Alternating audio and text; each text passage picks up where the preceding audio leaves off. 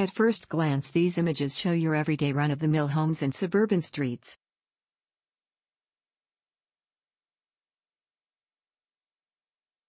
But these pictures in fact reveal the present-day sites of some of the most horrific crimes to have been committed in British history.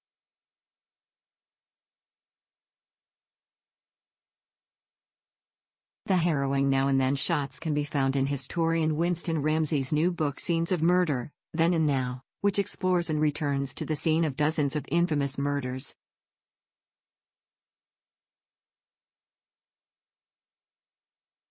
Included in his book are photos detailing the aftermath of murders committed by Ruth Ellis, John Christie, and Donald Hume, set alongside the locations as they look today.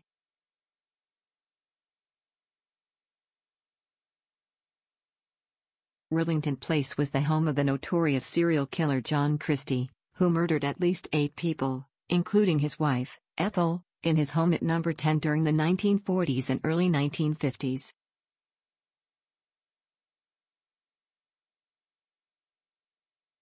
He hid the bodies in the garden, under floorboards, and in a secret alcove in his kitchen at his home at Rillington Place in Notting Hill, West London.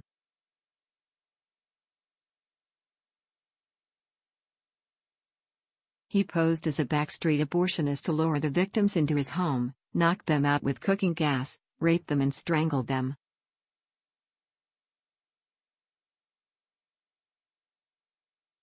When the police uncovered the extent of his horrific killings, crowds of people gathered outside his home to see if the awful rumors were true and to see if a serial killer had been living in their midst.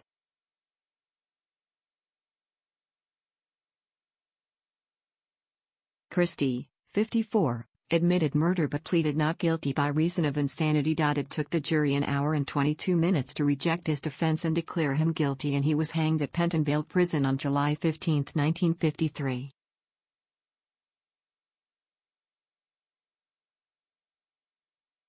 According to newspaper reports, there were 200 people waiting outside the gates to see the notice of execution posted.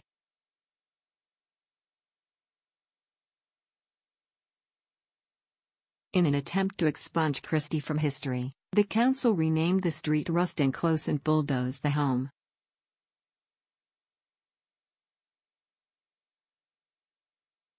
However, the No. 10 home is still in a similar place to where Christie's House of Horrors once stood.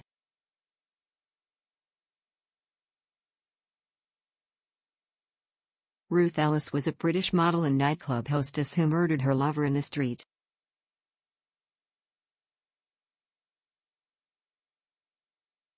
Ellis was the last woman hanged in Britain after she shot David Blakely outside the Magdala pub in Hampstead, North London, in 1955.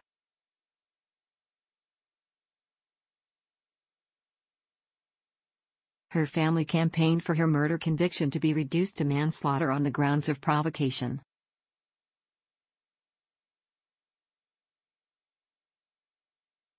Ellis had suffered a miscarriage just 10 days before the killing after David Blakely had punched her in the stomach.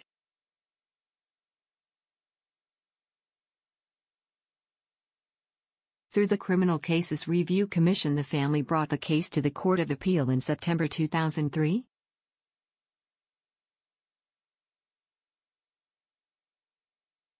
But the appeal judges ruled Ellis had been properly convicted of murder according to the law as it stood at the time, as the defense of diminished responsibility did not exist back then.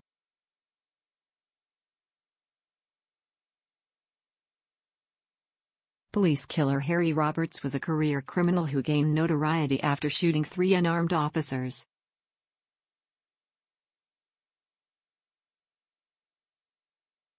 He gunned down Detective Sergeant Christopher Head, 30, Detective Constable David Wombwell, 25, and PC Geoffrey Fox, 41, in broad daylight near Wormwood Scrubs, Hammersmith, West London on August 12, 1966.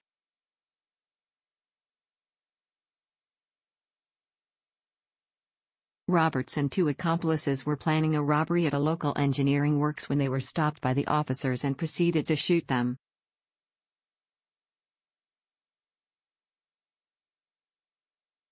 Roberts shot at the policemen in Braybrook Street while children were playing nearby.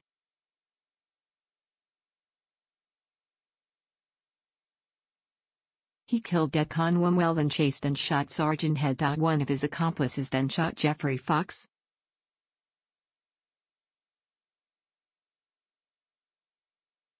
Following a huge manhunt, the three killers were brought to justice, but not before Roberts had evaded capture for 3 months by camping out in Epping Forest.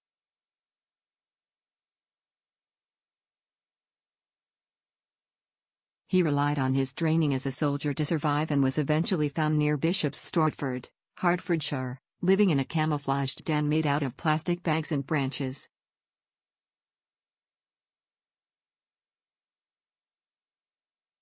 He was sentenced to life in prison, with Judge Mr. Justice Glyn Jones giving him a minimum 30-year tariff, the maximum available.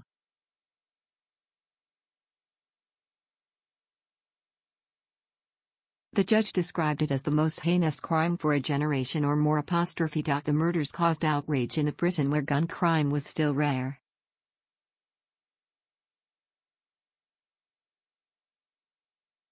The streets of London were packed for the funeral of the three policemen. Despite his horrific crime, he was released from London.He prison in Cambridgeshire in 2014, sparking public outrage.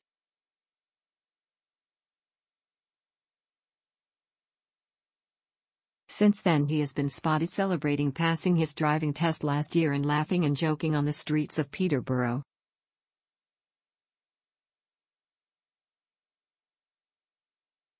In 2015 it was reported that he had been selling signed mugshots for £100 each. Donald Hume killed Stanley Setti during an argument in Finchley, North London, in 1949.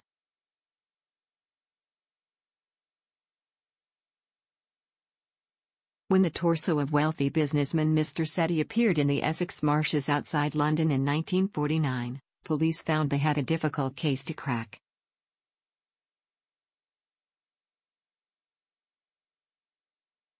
They eventually arrested Donald Hume, a business associate of Setti, but all they could prove was that Hume had dumped the body. They were unable to prove he had committed the murder.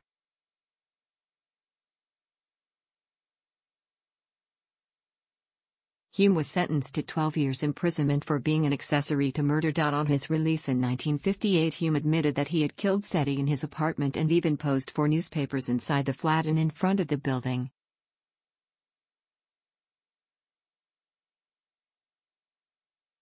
He was soon back in prison after killing a taxi driver in Switzerland. Historian Winston Ramsey, 77, pored over the National Archives to research the location and circumstances of the murders for his book.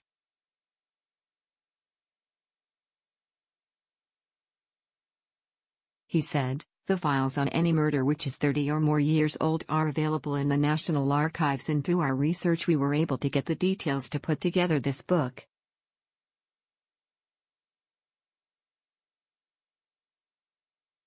I can recall many of the crimes taking place, and in some instances, through crime photos, we have been able to find the exact location where the murder was committed.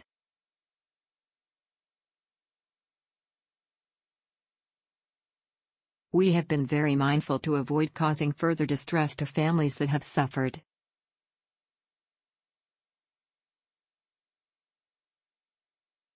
We have gone to great efforts to seek out the last resting place of the fallen, as far too often the spotlight falls on the perpetrator, rather than the victim.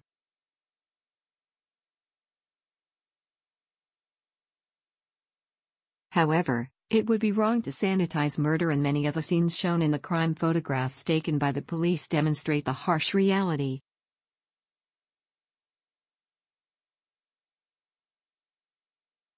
Producing the book has brought us face to face with death on every page. It has been hugely absorbing, even if the memories were unpleasant at times.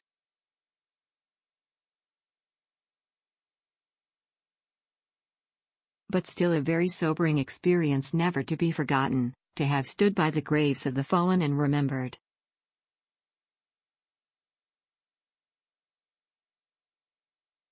Scenes of Murder, Then and Now, by Winston Ramsey, is published by After the Battle and costs £39.